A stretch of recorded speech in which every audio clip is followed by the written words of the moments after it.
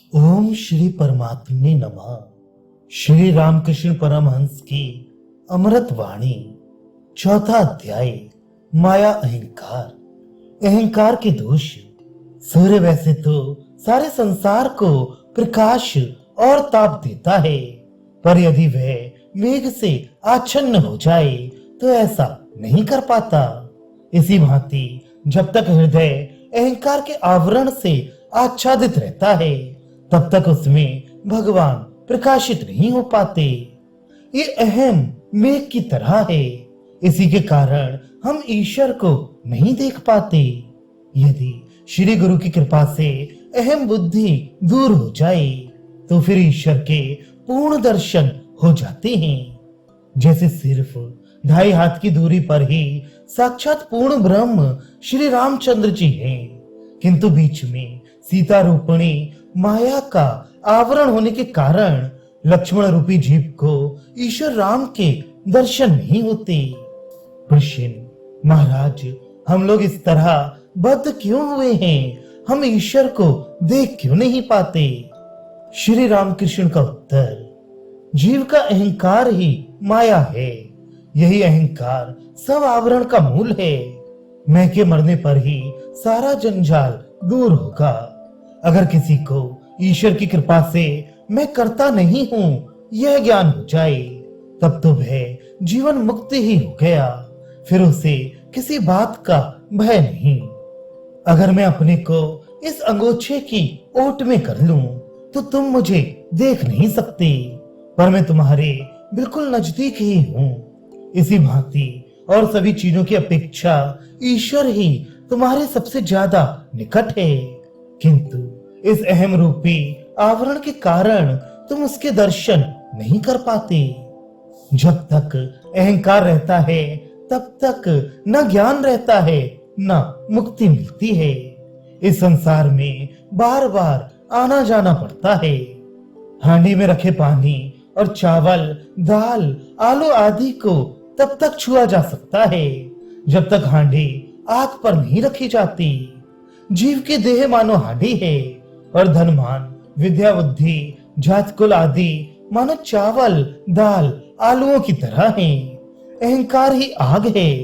अहंकार रूपी अग्नि के ही कारण जीव गरम अर्थात गर्वीला होता है। बरसात का पानी ऊंची जमीन पर नहीं ठहर पाता, बहकर नीची जगह में ही जमता है। वैसे ही ईश्वर की कृपा भी नम्र व्यक्तियों के ही हृदय में ठहरती है, अहंकार अभिमान पूर्ण हृदय में नहीं। जब तक अहंकार पूरी तरह नष्ट नहीं हो जाता तब तक मनुष्य की मुक्ति नहीं। अहम के कारण बछड़े की कैसी दुर्गति होती है। देख, बछड़ा जमते ही हम करने लगता है, इसलिए तो उसे इतने क्लेश भुगतने पड़ते हैं। बड़ा होते ही वह हल में जोता जाता है और उसे सुबह शाम भारी हल चलाते रहना पड़ता है। इतना ही नहीं, कभी कभी वह कसाई के हाथों काटा जाता है, लेकिन इतना होते हुए भी उसका अहंकार नहीं जाता। ढोल को इतना पीटा जाता है पर वह हम के ही बोल निकालता है। इतने पर ही छुटकारा नहीं मिल जाता। अंत में उसकी अतड़ियों से तांत बनती है और दुनिया उसे अपने धुने में लगाकर रुई धुनकता है। तब जाकर वह तू अर्थात तुम कहने लगती है।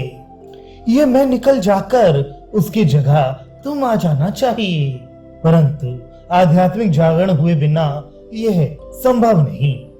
मुक्ति तभी मिलेगी जब तुम्हारा मैंपन चला जाकर तुम भगवान में ही डूब जाओगे। मुक्ति कब होगी? जब मैं चला जाएगा तब। मैं मुक्त कब होऊंगा? जब तुम में ये मैं नहीं रहेगा।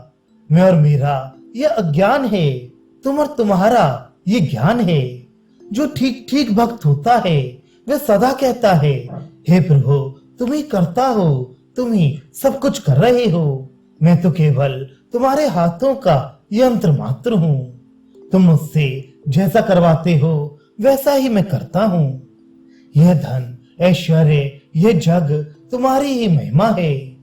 ये घर, ये परिवार, सब कुछ तुम्हारा है, मेरा कुछ भी नहीं। मैं तुम्हारा दास हूँ, जैसा तुम्हारा हुक्म होगा वैसी ही सेवा करने भर का मुझे अधिकार है। और सब अभिमान धीरे धीरे चला जाता है, परंतु साधुत्व का अभिमान जाते नहीं जाता।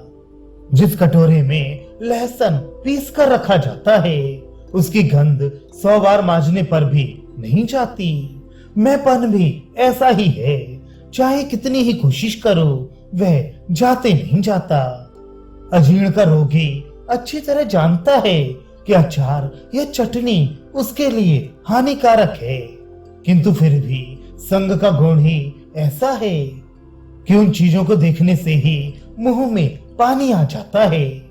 मैं और मेरा को दूर करने के लिए कितना भी प्रयत्न करो, पर प्रत्यक्ष व्यवहार के समय ये कच्चा मैं ना जाने कहां से आ ही जाता है। यह सच है कि एक दो जनों को समाधि प्राप्त होकर उनका अहम चला जाता है, परंतु साधारणतया अहम नहीं जाता। लाख विचार करो पर अहम घूम फिर कर फिर से हाजिर हो जाता है। पीपल का पेड़ आज काट डालो, कल सुबह ही देखोगे कि फिर अंकुर निकल आया है। जो अपना नाम यश चाहते हैं वे भ्रम में हैं, वे भूल जाते हैं कि एकमात्र ईश्वर की ही इच्छा से सब कुछ हो रहा है, वही सबका नियामक है। ज्ञानवान व्यक्ति कहता है, प्रभु तुम। मूढ़ अज्ञानी ही मैं करता है। मैं दो तरह का होता है, एक है पक्का में और दूसरा कच्चा में।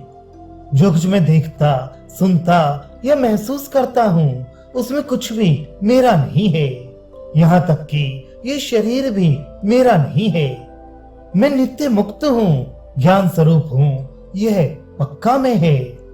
ये मेरा मकान है, ये मेरा लड़का है, ये मेरी पत्नी है, ये मेरा शरीर है, ये सब कच्चा में है। मैं प्रभु का दास हूँ, यही सही भक्त का मैं है, विद्या का मैं है, इसे पक्का मैं कहा जाता है। दुष्ट में क्या है? दुष्ट में वह है जो कहता है, क्या वे मुझे नहीं जानते? मेरे इतने रुपए हैं, मेरे इतना बड़ा आदमी कौन है? मेरी बराबरी करे इतनी हिम्मत किसमें है? जो मैं मनुष्य को संसारी बनाता है, कामनी कंचन में आबद्ध करता है, वह दुष्ट में है। जीव और ब्रह्म में भेद बस इसलिए है कि उनके बीच यह मैं खड़ा हुआ है। पानी पर यदि एक लाठी डाल दी जाए तो पानी दो भागों में बटा हुआ सा दिख पड़ता है। अहम या मैं ही ये लाठी है, इसे उठा लो तो जल एक ही रह जाएगा।